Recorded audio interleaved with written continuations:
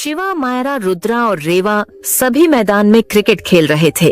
तभी रेवा को भूख लग जाता है और वह मायरा से कहने लगती है, अरे मायरा, तुम सभी क्रिकेट खेलो, मुझे भूख लग गया है, मैं कुछ खा कर आती हूँ। रेवा कुछ खाने के लिए वहाँ से चली जाती है। वहीं पर एक चुड़ैल थी।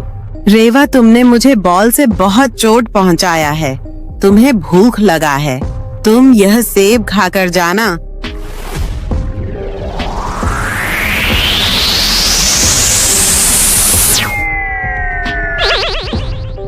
वो चुड़ैल एक जहरीले सेब का पेड़ बना देती है। रेवा, तुम यह सेब खाओगी तो सेब खाते ही तुम धीरे धीरे मिट्टी का पुतला बन जाओगी। चुड़ैल वहाँ से गायब हो जाती है। रेवा वहाँ पर आती है और उस जादुई पेड़ को देखकर कहने लगती है, अरे ये सेब का पेड़ तो मैंने पहले यहाँ पर नहीं देखा था। यहाँ अचानक से इतना बड़ा पेड़ कैसे उग सकता है? लगता है ये पेड़ जादुई है और इसमें जो सेब हैं, वो सेब भी मैं पहली बार देख रही हूँ। कितने सुंदर नीले नीले हैं। जरूर ये जामुन की तरह ही खट्टे मीठे हो गए।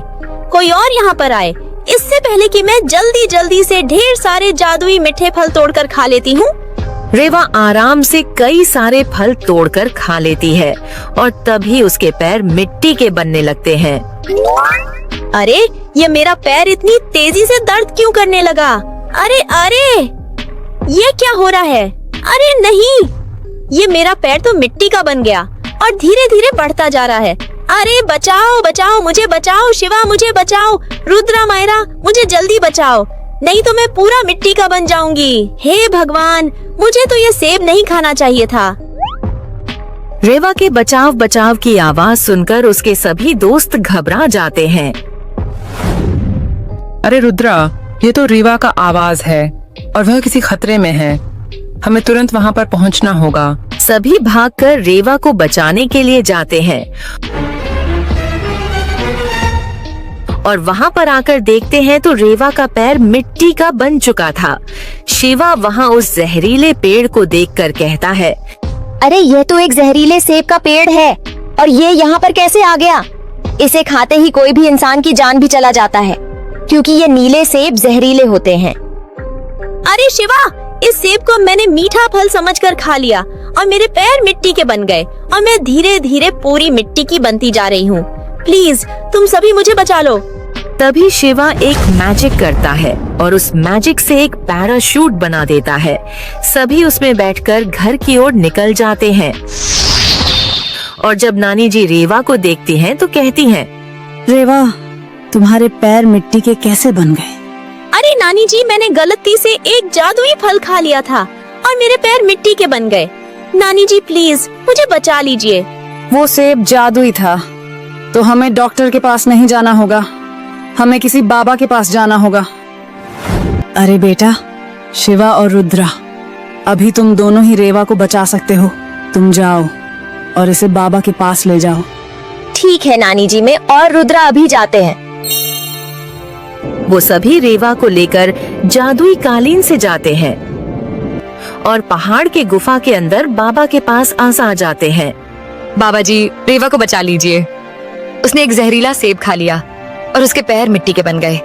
वो सेब जहरीला नहीं बल्कि जादुई था और उस सेब का पेड़ एक चुड़ैल ने बनाया था। वो सेब जो भी खाएगा वह शाम तक पूरा मिट्टी का बन जाएगा। अगर उसे बचाना है तो समुद्र के अंदर जाना होगा, वहां पर एक पेड़ मिलेगा।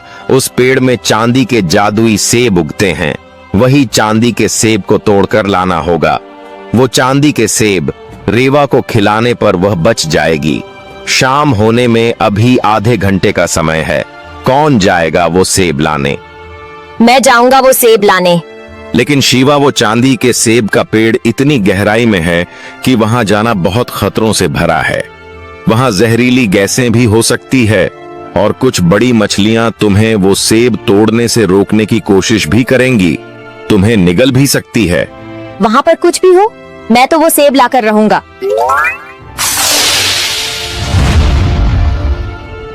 थोड़ी ही देर में शिवा समुंदर में आ जाता है। शिवा को वहाँ पर वो जादुई सेब का पेड़ दिख जाता है।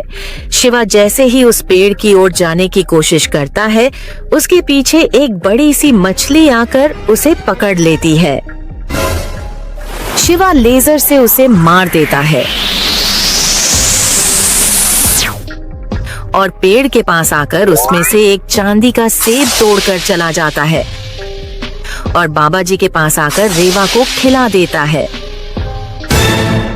देखते ही देखते उस जादुई चांदी की सेब को खाने से रीवा पूरा मिट्टी की बनने से बच जाती है और ठीक हो जाती है।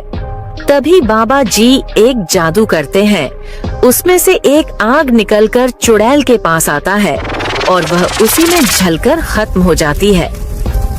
जाओ, रीवा भी ठीक हो गई है और वो चुड़ैल भी जलकर खत्म हो गई है। अब वह किसी भी बच्चे को परेशान नहीं करेगी।